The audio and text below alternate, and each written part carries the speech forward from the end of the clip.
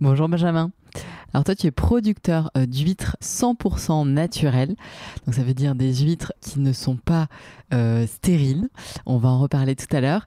Qui se perd, c'est quasiment un pourcentage très très très infime de ce qu'on trouve aujourd'hui quand on veut consommer des huîtres. Et pourtant, c'est les vraies huîtres que la nature nous offre à goûter. Donc dans cet épisode, on se dit que ça serait intéressant de pouvoir se mettre au contact de ça parce qu'on n'est pas connaisseur, on est plutôt néophyte. On est à l'île de Ré, donc pour enregistrer cet épisode, tu as la gentillesse de m'avoir invité dans ta ferme, la ferme des baleines. J'adore le nom. En fait, c'est juste à côté du phare des baleines, pour celles et ceux qui connaissent bien l'île de Ré. Et je vous invite à y faire un tour parce que donc tu as une boutique, etc. On peut venir voir. C'est absolument magnifique. Les marais, moi, je connaissais pas du tout.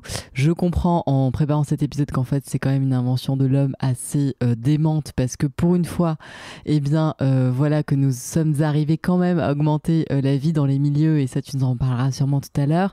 Et c'est un lieu dont moi, j'ai beaucoup entendu parler parce que tu crées beaucoup de vocations, il y a beaucoup d'étudiants qui viennent, etc. Donc moi, j'adore complètement ton univers et la manière assez inédite aussi, assez singulière et peut-être même un peu autodidacte qui est la tienne aujourd'hui.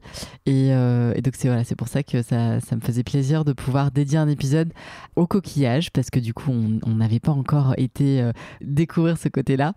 Donc en fait, tu vois, dans ce podcast, on est déjà un peu allé voir ce qui se passait avec notamment Thomas Millard, qui aujourd'hui a on est très proches. Enfin, on est déjà copains et puis on fait beaucoup de choses qui se ressemblent, quoi. Ouais.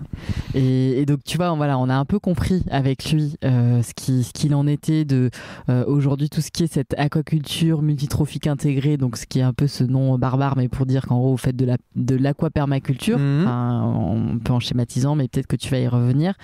Donc Thomas, pour celles et ceux qui n'ont pas écouté son épisode, déjà je vous invite à l'écouter, mais en gros c'est un ancien biologiste et ingénieur qui à la suite de recherches en fait s'est dit et donc probante sur justement ces systèmes en fait c'est comme s'il mettait en œuvre des chaînes vertueuses comme des cercles d'écosystèmes qui se régénéraient, et donc il s'est dit soit je reste dans mon rôle de scientifique biologiste et puis j'attends qu'on publie des choses et puis qu'il y ait des gens qui se mettent à faire des choses, soit je quitte cette profession et puis je vais essayer d'expérimenter par moi-même. Ce que toi tu as aussi fait en fait de manière un peu spontanée, on va y revenir, mais pour juste que tu comprennes un peu d'où nous on part en tant que auditeur de ces sujets, c'est-à-dire qu'on connaît un tout petit peu ce qui peut se passer aujourd'hui dans les marais et ce qu'on peut faire avec cette aquapermaculture. Je sais pas comment toi tu parles de ça, mais tu vas nous le dire. Donc que cultiver non pas de la monoculture mais plusieurs espèces végétales et animales, c'est intéressant. Lui, je crois que sa chaîne, ça commence par un animal qui nourrit et ensuite il arrête de nourrir, tout le monde se débrouille et il y a de la bioremédiation pour qu'à la fin ça soit un système équilibré. Est-ce que tu peux pour rentrer dans cette conversation, nous dire un peu d'où tu nous parles, tu vois, grossièrement, et puis après nous expliquer ce que tu fais ici à la ferme des baleines? Alors, d'où je parle, je suis un interlocuteur auvergnat déjà pour commencer, donc je suis une pièce rapportée sur l'île de Ré qui n'a finalement, j'ai pas 3 ou 4 générations au cimetière ici à l'île de Ré, mais j'ai été accepté quand même, à peu près je crois. J'ai une formation de géographe et j'ai commencé à travailler dans les marais sur l'île de Ré, à la remise en état des marais salants principalement, mais aussi des marais ostréicoles, des marais récréatifs, des marais de la réserve naturelle. Et j'ai travaillé dans ce domaine-là pendant une petite dizaine d'années. En parallèle, j'exploitais un marais dans lequel je faisais des crevettes, des huîtres, du sel, mais comme tu ferais un potager chez toi le soir, si tu veux. Donc je faisais ça en dehors de mon boulot, les week-ends.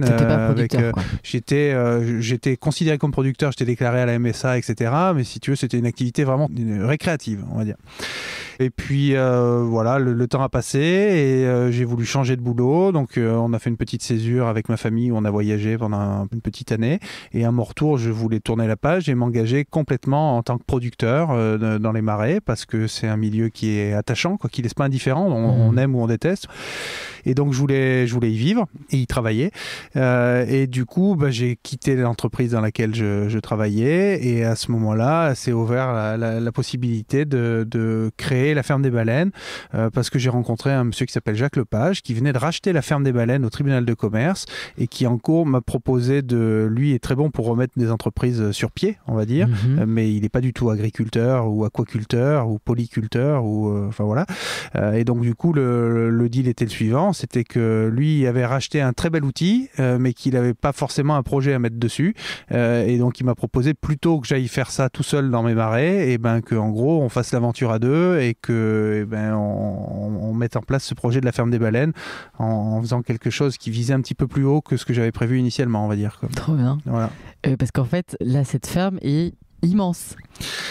Alors c'est assez impressionnant, oui, tout à fait. Il y a 25 hectares qui sont la propriété de la ferme des baleines et il y a après 16 hectares qui sont au Conservatoire du Littoral pour lequel on est gestionnaire, où on remplit un cahier des charges de producteurs et voilà, on est gestionnaire. Ce qui est le cas de Thomas, je crois également, sur ces marais. Quoi. Mais Thomas, du coup, donc c'est merveilleux aussi, mais c'est à une échelle plus petite. Là, toi, c'est vraiment inédit en fait, inédit en France. Hein. J'ai l'impression que tu es le seul à faire ça, mais même peut-être. Alors, il y a tout un tas de projets qui sont fous, oui. Et tout, mais c'est peut-être assez inédit effectivement quoi. Ce que fait Thomas est très ambitieux et très pointu d'un point de vue scientifique. Nous, plus humblement, on est un petit peu plus des chasseurs-cueilleurs en quelque sorte, c'est-à-dire qu'il y a une partie vraiment élevage, culture, mais il y a aussi toute une part culture, cueillette simplement, où on se contente de prendre ce que nous offre la nature en essayant de ne pas abuser d'elle en gros quoi. Donc voilà, c'est peut-être moins pointu scientifiquement que ce que fait Thomas, humblement. Voilà. Oui, mais du coup, tu le fais à l'échelle aussi. En fait, c'est ça qui est aujourd'hui une preuve de concept aussi que beaucoup cherchent à apporter en disant quand finalement, sur des surfaces qui sont grandes comme ça te permet d'expérimenter. Ça fait combien de temps que la ferme des baleines, que toi t'es arrivé ? Alors, la ferme a été reprise il y a 6 ans. La première année a été consacrée en gros à un petit peu définir le projet et puis surtout à débarrasser les lieux, parce que la ferme des baleines, elle a pendant plus d'une quarantaine d'années été exploitée pour faire un élevage de bar qui était dit un élevage intensif, donc de l'aquaculture intensive, c'est-à-dire qui génère pas mal d'externalités, pour parler un petit peu de manière on va dire polie, donc pas mal de pollution, de choses comme ça, et donc il y a plus de 200 tonnes de déchets divers et variés qui ont été nettoyés, évacués, des plastiques, des ferrailles, des vieilles pelleteuses, tout un tas de trucs tout pourris, et donc à partir de là l'activité a commencé avec le développement d'une culture d'huîtres et progressivement une diversification autour d'autres productions pour essayer, en fait on est dans un milieu qui est très riche, la plupart des végétaux dans les marais sont comestibles. Le marais est un milieu qui produit énormément de vie, énormément de biomasse, et du coup les huîtres grandissent vite, mais les crevettes grandissent vite sans qu'on ait besoin de les nourrir, et globalement on a essayé progressivement d'élargir notre activité à toute la diversité des productions qui étaient faisables ici en gros. Ouais, c'est ça, c'est qu'en fait toi tu as quand même une mise en culture où tu ne nourris pas, où tu n'as pas d'intrants, où tu es en bio, où en fait c'est pas que ça se fait tout seul, parce que tu m'expliquais tout à l'heure, on a fait le tour et c'est un boulot mais de malade, mais en même temps c'est la symbiose de tous ces écosystèmes qui s'imbriquent, et vous qui orchestrez ce truc là qui fait que ça marche, enfin voilà, pas tout seul, mais en tout cas que tu laisses le vivant et les dynamiques du vivant œuvrer. Tout à fait. Alors ça marche pas tout seul, ça marche pas toujours comme on aimerait que ça marche, mais après on essaye de faire en sorte de piloter un petit peu ça globalement. Mais alors une des premières choses qui a été faite en arrivant, ça a été de procéder à la conversion biologique du site, donc pour être certifié bio le plus rapidement possible, et faire en sorte que sur les parties qui sont en friche, en jachère, toutes les végétaux, c'est relativement rapide. Il y a des délais de conversion qui sont un peu plus longs pour toutes les parties aquacoles, on va dire. Et puis voilà. Et donc ça c'était au début tu t'es dit on enlève tous les déchets, on se convertit en bio. Tout à fait. Là il y a un délai aussi de passer en fait de marais qui avait un service, enfin en tout cas qui était utilisé pour faire toute autre chose, à aujourd'hui l'eau qui était dedans, est-ce que du coup il fallait la traiter, je sais pas, je pose des questions idiotes parce que je ne connais pas, mais c'est très normé tout ça, pour la partie terrestre, à partir du moment où tu peux avoir des attestations comme quoi les terrains sont en friche depuis un certain nombre d'années, des attestations de l'ancien propriétaire ou des attestations de la mairie ou d'une personne qualifiée pour faire cette attestation, tu peux réduire les délais de conversion à zéro. C'est-à-dire que ce qui est assez logique, s'il n'y avait pas des pesticides qui étaient épandus sur les terrains 2 mois avant, c'est normal que... voilà. Ici, on était sur des terrains naturels, donc toutes les parties en friche ont pu être certifiées immédiatement. Il n'y a pas de délai de conversion. Et pour toutes les parties qui sont les parties en eau, les bassins, là pour le coup, tu as des délais de conversion qui sont d'1 an et qui peuvent être réduits à 6 mois si jamais tu prouves que tu as pu faire des assecs de tes marais qui contribuent à la minéralisation du site, on va dire, quoi. Donc c'est un peu technique, mais concrètement, la conversion est relativement rapide. Après, il y a d'autres critères qui rentrent en ligne de compte. Il faut être dans des zones où la qualité d'eau est bonne. Il y a différents classements de la qualité d'eau en France, et donc il faut être dans des eaux qui sont de catégorie A ou B, mais pas de catégorie C. Et puis, il y a un autre type de classement de la qualité d'eau. Il faut que ce soit des masses d'eau de très bonne qualité écologique. Donc voilà, on est dans un jargon assez administratif, mais en tout cas, il faut remplir un certain nombre de critères pour pouvoir être éligible à une appellation bio, quoi. Ok. Et donc ça, toi, l'eau aujourd'hui, parce que dans ton système, c'est central, oui. C'est ta ressource, elle arrive d'où ? Comment tu la travailles, enfin, tu vois, comment elle alimente les bassins, tout ça? Alors, on remplit nos marais avec un système de prise d'eau qui va fonctionner par gravité. Donc, le principe est simple, il n'y a pas d'énergie là-dedans. On remplit nos marais quand la mer est haute et quand le niveau de la mer monte suffisamment haut pour pouvoir remplir nos marais. De là, on va avoir une grande réserve d'eau qui va faire environ 12 hectares et qui est vraiment le point central de la ferme. C'est que cette réserve d'eau va nous servir d'usine à plancton et elle va nous servir de cordon sanitaire avec les bactéries, les virus, les maladies qui potentiellement peuvent être présentes dans le milieu marin au-delà. Alors, on a une très bonne qualité d'eau, on est au nord de l'île de Ré, on n'a pas de gros bassins versants polluants à proximité, mais il y a quand même un certain nombre de bactéries, de virus dans l'eau, et donc cette grande réserve nous permet d'avoir un rôle épurateur avec l'action des UV notamment, qui va pouvoir diminuer la quantité de virus qu'il va y avoir dans l'eau. Donc en fait, là, tu es en train d'expliquer que juste le soleil qui tape sur cette eau purifie cette eau. Exactement, c'est-à-dire que l'action du soleil, pendant 2-3 jours avant qu'on l'envoie sur d'autres marais dans lesquels on a nos huîtres ou nos palourdes ou potentiellement d'autres productions, elle va être moins riche en virus, mais à l'inverse, elle va être beaucoup plus riche en nourriture parce que dans l'eau de mer, tu vas avoir des éléments nutritifs dissous, des engrais pour faire simple, et puis il y en a également dans le fond des marais qui sont présents dans le fond argileux des bassins, et avec l'action du soleil, là encore, on va avoir des réactions, c'est-à-dire que on va assister à ce qu'on appelle des blooms de phytoplancton, c'est-à-dire que la quantité de plancton présent dans l'eau va augmenter à la fois en quantité et en diversité, simplement en stockant de l'eau dans un bassin en quelque sorte. Donc on a une eau qui à la sortie de notre réserve est plus saine et qui est beaucoup plus riche en nourriture, quoi. Ce qui nous intéresse, vu que l'objectif, c'est de faire grandir nos petites bébêtes qu'on a dans nos marais. Quoi. Mais ça veut dire aussi que, de manière globale à l'échelle d'un territoire, c'est une activité de culture qui augmente potentiellement la diversité de la vie dans l'eau. Globalement, c'est le fonctionnement des marais qui fonctionne comme ça. C'est-à-dire qu'on est dans un milieu avec les marais maritimes salés sur la côte atlantique qui favorisent la vie. C'est-à-dire qu'il n'y a pas beaucoup d'endroits avec une diversité d'habitats, d'espèces qui sont aussi importants. Et c'est un point qui est vachement important à souligner parce qu'il y a peu de domaines dans lesquels l'action de l'homme est positive. Et là, si l'homme n'avait pas créé ces marais il y a 1000 ans à peu près, on serait dans des zones de présalé avec globalement une diversité d'espèces et une diversité d'habitats, une diversité de tout qui serait beaucoup plus faible. Donc dans le cas des marais, le fait de creuser ces marais, de créer des chenaux, tu as multiplié tout un tas de micro-habitats, etc. Et tu as amélioré les conditions de la vie. Donc il y a une diversité d'oiseaux qu'il n'y aurait pas si on était dans des présalés. Il y a une diversité d'organismes aquatiques qu'il n'y aurait pas si on était dans des milieux de présalés. Et donc ça, aujourd'hui, tu vois, on voit que très souvent, l'action de l'homme n'est pas forcément très positive vis-à-vis de son environnement. Dans le cas des marais maritimes, elle est positive et c'est important de le mettre en avant, je pense, et de le souligner. Quoi, tu vois, moi, je n'avais pas en tête tout ça. Et d'ailleurs, est-ce qu'aujourd'hui, on construit... Enfin, je ne sais pas si ça se construit de nouveau. Enfin, tu vois, est-ce que au moment où, en plus, de manière... Mais ça, enfin, tu vois, ça dépasse complètement le truc de ce podcast. Mais je me dis peut-être qu'en sachant ça, vu que là, on a hérité il y a ces centaines d'années de ce qui avait été fait, est-ce qu'on pourrait pas se dire que peut-être ce serait une bonne idée de renouveler l'expérience à d'autres endroits, tu vois ? Ah ben, je le crois très fortement, et sans même de gagner de nouveaux espaces par poldérisation, ce qui a été fait ici et dans un paquet d'autres endroits. Il y a beaucoup de marais qui ont été perdus et qui ont été abandonnés. Dans le meilleur des cas, ils ont été abandonnés, ce qui offre d'autres intérêts en termes de richesse de biodiversité. Mais dans le pire des cas, ils ont été drainés pour faire du maïs ou pour faire de l'élevage, etc. Et là, pour le coup, on a une perte sèche, quoi. Donc, le simple fait de réutiliser ces marais maritimes comme ils l'étaient initialement, plutôt que de faire du maïs avec du glyphosate, enfin voilà, ça serait pas plus mal, quoi. Ouais, ça serait un peu mieux. Voilà. Mais c'est peut-être un peu politique.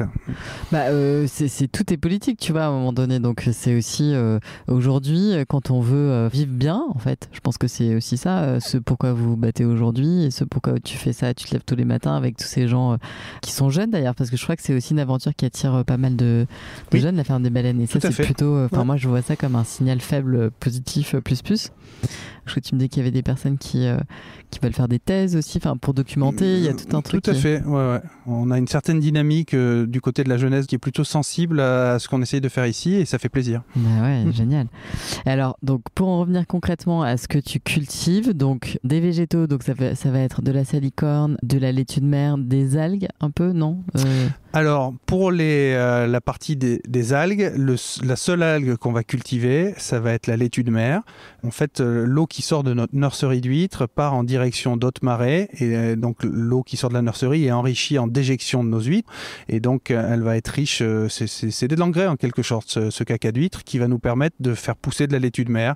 Alors elle pousse pas tout le temps, c'est pas toujours de la laitue de mer qui pousse, mais il y a certaines saisons où on arrive à faire des très belles productions de laitue de mer, mais c'est la seule algue qu'on fait pousser. Et après on la transforme de différentes manières. Et après, du côté des végétaux dits supérieurs, c'est-à-dire ceux qui poussent pas dans l'eau, on va en cultiver principalement c'est la salicorne, où là on fait du vrai maraîchage, on récolte nos graines, on fait des semis, on va préparer nos sols, etc. En ça, on est des vrais agriculteurs, on va dire. Et la plupart des autres végétaux, on va procéder à de la cueillette, c'est-à-dire qu'on s'adapte à la saison, on s'adapte à l'endroit où ils vont pousser, et on va faire en sorte de les cueillir de manière suffisamment raisonnée pour éviter qu'ils n'en poussent pas l'année d'après. Donc c'est en ça que je te disais qu'on est plus des cueilleurs que des cultivateurs. Donc on a une partie où on est des vrais aquaculteurs, des vrais ostréiculteurs. Il y a une partie où on fait vraiment du maraîchage avec la salicorne. Et pour le reste, on va venir picorer à droite à gauche ce que nous propose le marais, qui, comme je te le disais, est un milieu vraiment très riche. Ouais. Et là, du coup, parce que tu vois, la salicorne, même la laitue de mer, etc., c'est pas forcément des végétaux qu'on a tout à fait l'habitude de manger tous les jours pour beaucoup d'entre nous quand même, même si de plus en plus, heureusement. Mais et puis, moi, les tartares d'algues et tout ça, je trouve ça délicieux, vraiment. Et les restaurateurs et les personnes aujourd'hui, le public qui t'achète ta production, comment tu vois cette évolution aussi dans cette culture culinaire un peu de manger du végétal iodé un peu? Est-ce que tu pressens un truc qui est positif? Globalement, j'ai l'impression que ça va dans le bon sens de ce côté-là, parce que les gens sont de plus en plus sensibilisés à ça. Nous, on a une petite boutique où on fait de la vente directe à la ferme, et au début, la plupart des gens étaient... Enfin, il n'y a pas si longtemps, il y a 6 ans globalement, quand on leur parlait d'algues, ils n'étaient pas forcément très réceptifs, quoi. Aujourd'hui, on a beaucoup de gens qui arrivent et qui disent « Ah, mais moi j'en utilise déjà, je fais des salades avec, je fais ci, j'en rajoute toujours. » Et donc, oui, tout le monde ne connaît pas, mais dans un groupe de 3-4 personnes, il y a toujours au moins une dans le lot qui explique à ses copines ou à ses copains que « Ah bah si, elle me connaît très bien, machin, etc. » C'était pas le cas avant, et j'ai l'impression que ça se développe de plus en plus, quoi. Après, on essaye ici de faire goûter pas mal, et à partir du moment où on commence à faire goûter, où on explique comment se servir d'un certain nombre de ces aliments, ça aide aussi, parce que on ne sait pas forcément quoi en faire, globalement, quand on n'a pas l'habitude. Et bon, voilà. Après, la laitue de mer, tu l'as goûté en tartare avec Thomas, il fait une préparation qui est délicieuse. La laitue de mer en paillettes, tu la rajoutes dans une vinaigrette, une mayonnaise, tu t'en sers comme du persil, tu fais des bêtes champignons de Paris avec un petit peu d'ail et de la laitue de mer, et ça va être des champignons de Paris qui vont changer de dimension, parce qu'ils vont prendre un petit côté maritime qui va être assez sympa, quoi. Mais tu peux les mettre dans une omelette, tu peux saupoudrer ta salade. Enfin voilà, la laitue de mer est facile d'accès. Et c'est pareil pour la plupart des autres plantes du Marais qui sont des plantes avec un certain nombre d'intérêts en termes de minéraux et qui sont intéressantes à utiliser en salade ou en différentes préparations aussi, quoi. Ouais, c'est délice. Donc voilà, il n'y a plus qu'à maintenant. Il faut se mettre au fourneau, quoi. Ouais. Alors, maintenant, j'aimerais bien qu'on parle, tu sais, de ta casquette là un peu plus coquillage et notamment huîtres. Parce que c'est ça. Alors, tu fais un tout petit peu de palourde, mais beaucoup plus d'huîtres. Nous, on ne connaît pas les huîtres, on n'en a jamais parlé dans le podcast. Est-ce que tu peux un peu nous... Parce que je sais aujourd'hui que c'est pas évident de comprendre, parce qu'il y a beaucoup de choses. Des huîtres complètement naturelles, des huîtres dites bio et naturelles, en fait. Qu'est-ce que c'est la définition d'une huître bio-naturelle ? Alors, je vais essayer de rester simple et à peu près clair pour tout le monde, et puis pas dire trop de bêtises, parce que je ne suis pas à l'abri d'en dire aussi. Qu'est-ce que c'est qu'une huître bio naturelle ? Aujourd'hui, il y a deux types d'huîtres qui sont vendues en France. Il y a des huîtres dites diploïdes et il y a des huîtres dites triploïdes. Les huîtres dites diploïdes sont les huîtres qu'on trouve naturellement dans la nature, des huîtres qui se reproduisent naturellement.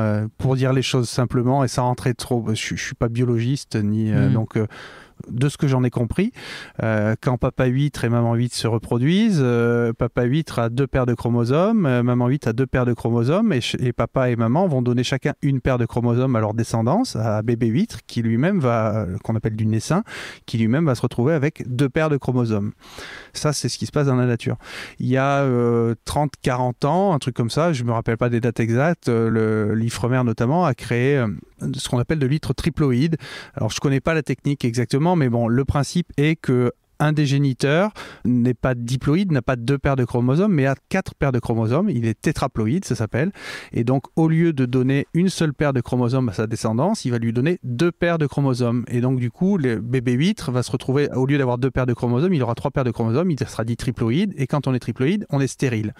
Ça paraît très compliqué tout ça, mais l'idée de base, c'est de faire en sorte d'avoir des huîtres qui ne sont pas laiteuses l'été. Vu qu'elles ne se reproduisent pas, elles restent en chair sans devenir laiteuses pendant toute l'année. Oui, alors attends, parce que c'est ça en fait qui est intéressant, c'est qu'une huître laiteuse ne se vend pas. Enfin, on ne mange pas une huître laiteuse, c'est pas bon. On entend souvent, ou on entendait souvent, on mange les huîtres les mois en R. Les mois en R, c'est du mois de septembre au mois d'avril, en gros. On disait ça parce qu'à partir du mois de mai, les huîtres deviennent laiteuses dans le cadre de leur processus de reproduction, et donc elles vont être laiteuses au mois de mai, au mois de juin, au mois de juillet et au mois d'août. Et il s'avère que c'est des mois qui sont très fréquentés au niveau touristique sur les côtes françaises, et donc globalement c'est intéressant. C'était intéressant d'avoir un produit qui est plus stable tout au long de l'année globalement, quoi. Donc voilà. Donc aujourd'hui, quand tu dis une huître bio, ça veut surtout dire une huître qui est diploïde, donc une huître qui est laiteuse l'été. D'accord, ok.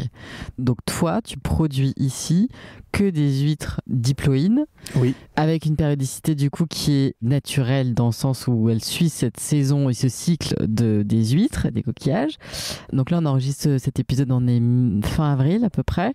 C'est en train de s'arrêter et ça reprend où ? Alors, c'est pas que ça s'arrête si tu veux, c'est qu'on va continuer à vendre des huîtres. Simplement, les gens qui vont nous les acheter, on va leur dire attention, nos huîtres sont laiteuses. Donc il y a des gens qui aiment pas ça et qui vont dire ah non, moi j'aime pas les huîtres laiteuses. On va leur dire désolé, revenez les acheter en septembre. D'accord. Et puis à l'inverse, il y a des gens qui sont très très fans des huîtres laiteuses, et il y a des gens qui font ça de manière militante en disant moi de la même façon qu'on mange pas des tomates en janvier, si je veux manger des huîtres en juillet, j'accepte qu'elles soient laiteuses en gros, quoi. Ouais, voilà. D'accord. Okay. Excuse-moi, je t'ai coupé. Non, pas du tout, c'est trop bien. Et est-ce que le goût d'une huître laiteuse que moi du coup j'ai pas en bouche parce que je crois que j'en ai jamais mangé de laiteuse, mais est-ce que par exemple en les cuisinant d'une autre manière, je te dis n'importe quoi, est-ce que si on les fait griller ou j'en sais rien, est-ce que ce goût un peu qui soi-disant est pas bon ou je sais pas, tu vois, disparaît? Est-ce qu'il y a des techniques un peu en cuisine? Alors là c'est pas tout à fait ton domaine, mais ouais, je crois qu'il y a un certain nombre de chefs qui les font pocher notamment. Après, quand elles sont vraiment laiteuses,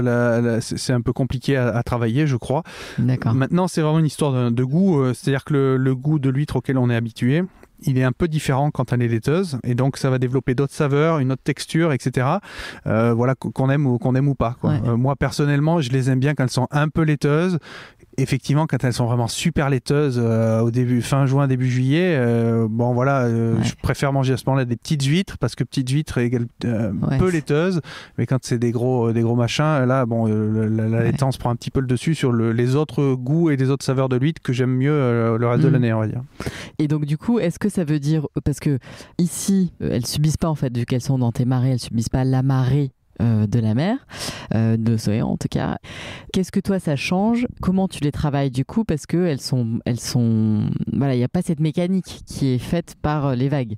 On est assez rare à travailler les huîtres en marais. Je ne crois pas qu'on soit très nombreux comme ça à faire ça en France. On va être obligé de reproduire l'action de la mer finalement. La mer va avoir des vagues, va avoir des courants qui vont avoir une action sur la coquille de l'huître, qui vont un petit peu la martyriser, qui vont la durcir, etc. Nous ici, on est dans un milieu qui est calme tout le temps, à part quand il y a un gros coup de vent l'hiver. Et du coup, on va essayer de reproduire l'action de la mer. On va brasser nos huîtres, on va les sortir de l'eau régulièrement, les brasser pour reproduire l'action des vagues, les sortir de l'eau, on dit qu'on les exonde, on fait de l'exondation de nos huîtres pour reproduire l'action des marées, ce qui va permettre de durcir la coquille, ce qui va muscler le muscle qui lui permet de se fermer et de s'ouvrir. On est sur des bivalves qui s'ouvrent et qui se referment. Et tout ça, ça nous permet finalement de en quelque sorte, travailler le produit. C'est ça qui va nous permettre de donner une forme et une chair à notre huître qui va être de qualité. Si on les travaille pas, elles vont pousser comme des chips tout en longueur avec une coquille qui va pas être belle du tout et il y aura que de la coquille, il y aura rien à manger à l'intérieur. Et alors si on les elles sort, se creusent un peu, c'est ça, elles sont un peu plus dodues quoi. Ouais, et c'est exactement ça. Elles sont très creuses, très dodues et on parle ça s'appelle le coffrage en langage technique d'ostréiculteur. On parle du coffrage de l'huître, quoi. D'accord, ok. Et est-ce que du coup ce fait de les embêter quelque part, les faire travailler avec ce muscle qui se ferme et qui s'ouvre parce que justement toi tu viens un peu les secouer dans leur moment où elles étaient au calme. Parce qu'on les maltraite, c'est ça. C'est le bien-être animal, c'est ça. Bien-être animal. Est-ce que du coup, c'est sûr que voilà, c'est une réaction, tu vois, qu'elles ont. Et du coup, tu parles du bien-être animal, mais voilà, je voulais un peu en venir là. C'est aujourd'hui, on sait que elles voyagent beaucoup, les huîtres de manière générale, parce que elles vont d'un endroit à un autre, parce qu'en fait, dans tout leur cycle de vie, elles sont pas au même endroit souvent. On le sait peu, mais c'est une vérité. Et donc du coup, celles qui sont naturelles, bio et qui ont eu l'habitude justement de faire ça, est-ce que dans les transports après, elles restent pas au niveau de la conservation, etc., elles sont un peu plus armées entre guillemets? Plus on va les avoir travaillées, plus on va les avoir exondées souvent et pendant des périodes relativement longues, et plus effectivement elles vont avoir une capacité à être transportées pour partir sur les lieux où elles sont mangées facilement, on va dire, quoi.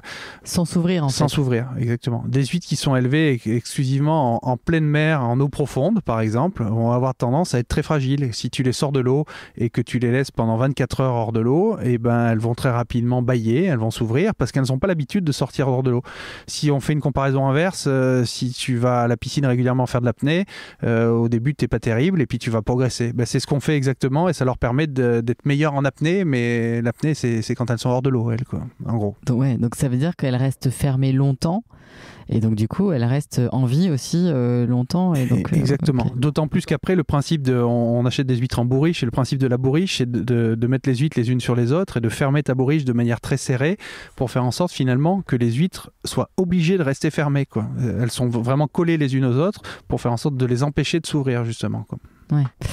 Alors, est-ce que du coup, donc là, on a vu que elles avaient cette forme, etc. Elles étaient potentiellement un peu laiteuses et tout, mais est-ce que celles qui sont pas laiteuses au moment où c'est la saison des huîtres pas laiteuses, est-ce qu'elles ont un goût différent, tes huîtres de marée, que des huîtres qui sont en mer? Oui. Alors, il y a forcément des connaisseurs des huîtres dans tes auditeurs, je pense, et qui ont sans doute l'habitude d'acheter peut-être des fines de Clair, des spéciales de Clair ou des pousses en Clair. Ça, c'est des appellations qui sont liées à un affinage de l'huître qui va rester un certain temps affiné dans les marais.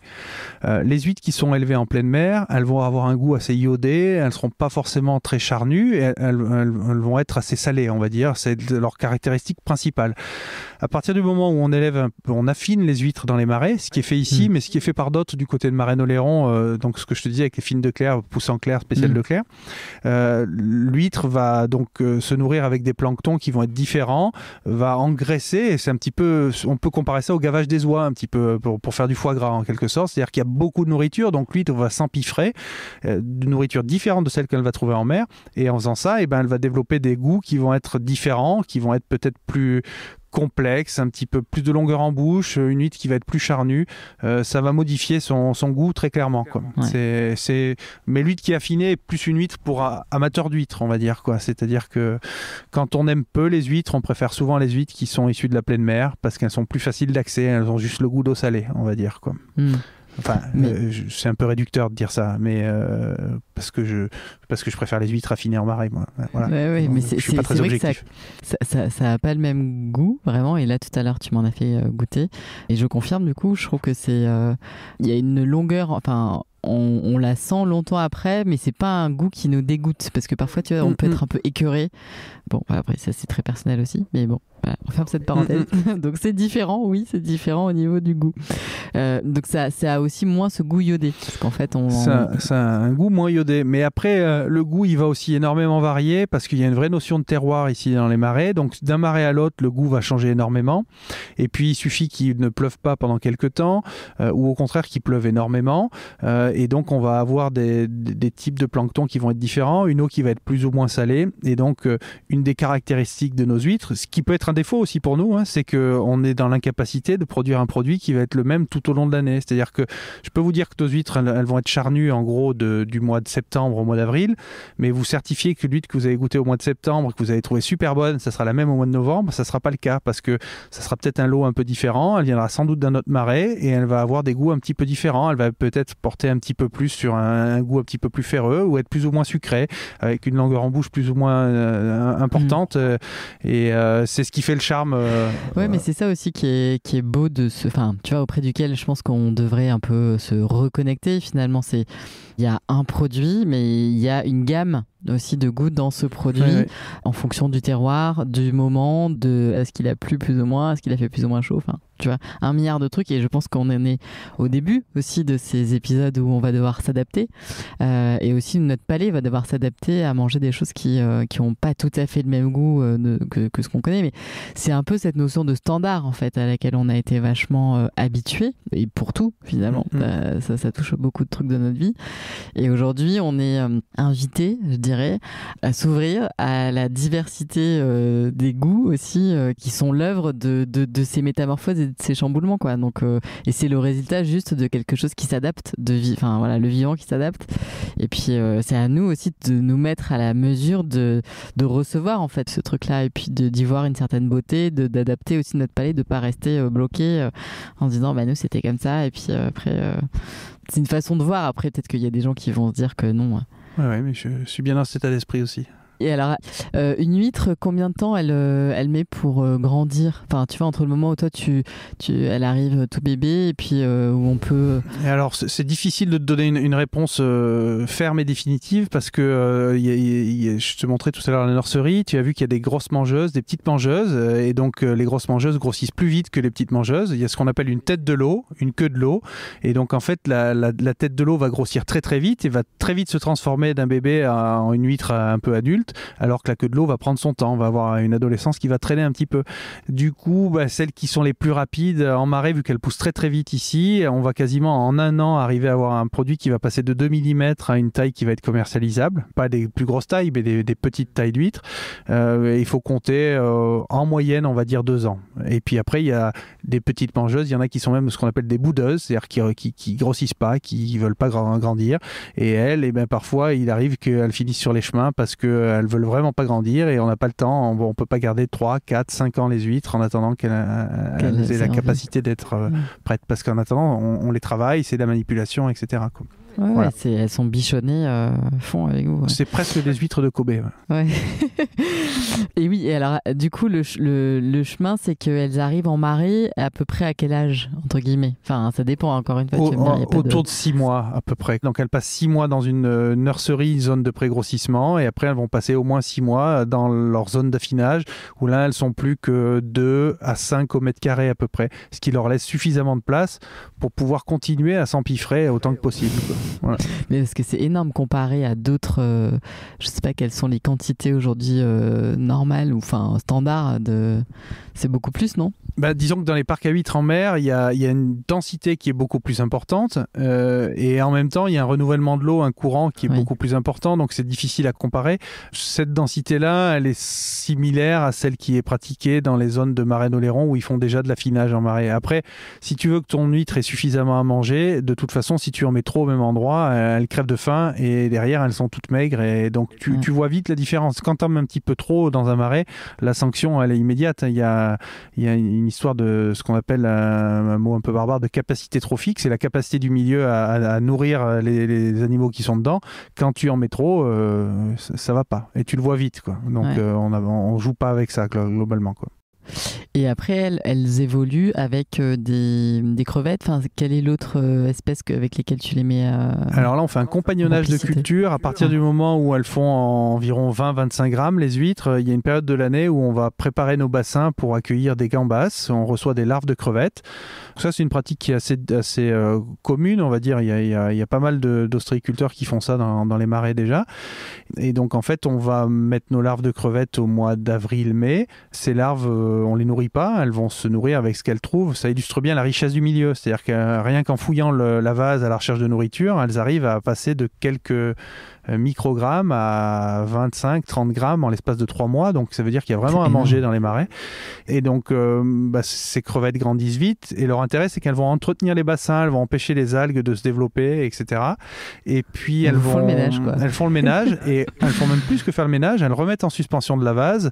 Dans cette vase, il y a des nutriments qui vont donner lieu à des croissances de plancton à nouveau, qui vont bénéficier aux huîtres. Donc la crevette bénéficie à l'huître, elle entretient le milieu de l'huître et elle lui permet de continuer à grossir et à s'engraisser du mieux qu'elle peut. Alors après, la réciproque n'est pas forcément vraie. Je suis pas sûr que l'huître serve à grand chose pour la crevette, mais en tout cas la crevette est un bel allié à l'huître. Ouais. Ok. Et elles sont nombreuses les crevettes là par bassin? Alors quand on les met à l'eau, c'est des toutes petites larves qu'on met à l'eau, elles sont épaisses comme des cheveux, on en met environ 2 au mètre carré et donc vu qu'elles sont fragiles, et bien, quand on fait 50% de taux de recapture, c'est déjà pas mal et donc en fin de saison, on considère que s'il y en a une au mètre carré, c'est bien. Donc elles ont de la place pour s'épanouir. Globalement, c'est la place qui leur permet justement de trouver suffisamment de nourriture pour pas qu'on ait besoin de rajouter des granulés, d'acheter des granulés, de farine, de poisson ou je sais pas quoi. Et on y tient parce qu'on rentre dans un autre cycle. À partir du moment où on nourrit, on risque d'abîmer le marais. S'il y a trop de nourriture, s'il y a pas assez de nourriture, ça sert pas à grand chose. C'est un coût. D'où vient la nourriture? Enfin bon, voilà, ça pose d'autres questions, quoi. Ouais, du coup, vous échappez à tout ça parce qu'en fait, vous fonctionnez juste autrement. C'est ça, voilà. Mais ce qui, du coup, a des inconvénients aussi, hein, c'est qu'on fait un produit qui est de super qualité, mais c'est très aléatoire et il suffit qu'il y ait une saison où le marais va être un petit peu moins productif en termes de nourriture et nos crevettes vont être moins grosses, où on va avoir plus de mortalité et du coup, c'est un élevage qui est moins maîtrisé qu'un élevage qui serait plus intensif et plus, entre guillemets, industriel, on va dire. Ouais. Et au niveau du goût, là encore, de ces... là pour le coup c'est vraiment extra, quoi. C'est ici, il faut que tu reviennes au mois de septembre pour goûter nos crevettes parce que quand on a goûté ces crevettes là, on a du mal à en manger d'autres après, quoi, après. Donc on a une... Elles chassent, elles n'ont pas l'habitude d'être nourries avec des granulés. Donc, le fait qu'elles chassent, elles ont une chair qui est d'une fermeté pas possible, qui croque sous la dent. Et puis, on a des saveurs qui sont vraiment sympas. Donc, tu les fais revenir dans l'huile d'olive avec un peu de fleur de sel en fin de cuisson. Et franchement, ça vaut des points, quoi. Bon, et alors, moi, ce que j'aime beaucoup aussi dans votre démarche, c'est que j'ai l'impression que vous apprenez tout le temps, tu vois, aussi. C'est que il y a cette espèce d'émerveillement aussi quotidien, de se dire, ah ouais, alors ça marche comme ci, ça marche comme ça, on a testé ça, alors cette année, c'est comme si, on a compris que ça, donc peut-être que là-dessus, ça va faire. Tout à fait. Ouais. Est-ce que ça, parce que tu vois, c'est vu, cette complexité par beaucoup peut-être, du fait de ne pas le vivre, comme un truc de pénible, tu vois, de vraiment, on va pas s'embêter, en fait, parce que vraiment, ça va être compliqué. Là, là. Qu'est-ce que du coup tu ressens face à ça? Est-ce que c'est positif, négatif? C'est beaucoup de boulot, hein, on le voit, mais... Eh ben, comment te dire, ça pousse à l'humilité. La nature te porte à être un petit peu humble, si tu veux, parce qu'il y a des choses que... moi, ça fait maintenant plus de 15 ans que je fais de l'élevage d'huîtres en marais, si tu veux. Alors, ça fait 6 ans à la ferme des Baleines, mais j'en faisais déjà avant. Il y a des choses que j'étais persuadé d'avoir compris et que je maîtrisais. Alors ça, je le sais, hein, là, il n'y a pas de problème, quoi.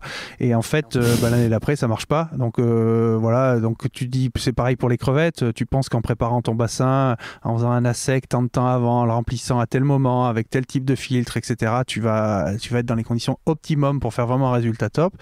Et puis, en fait, tu te plantes complètement. Et à l'inverse, il y a des fois où tu rates ton remplissage de marais, il y a des crabes qui vont rentrer, des anguilles, etc. Et là, tu dis, bon, bah, tout va se faire bouffer par des anguilles.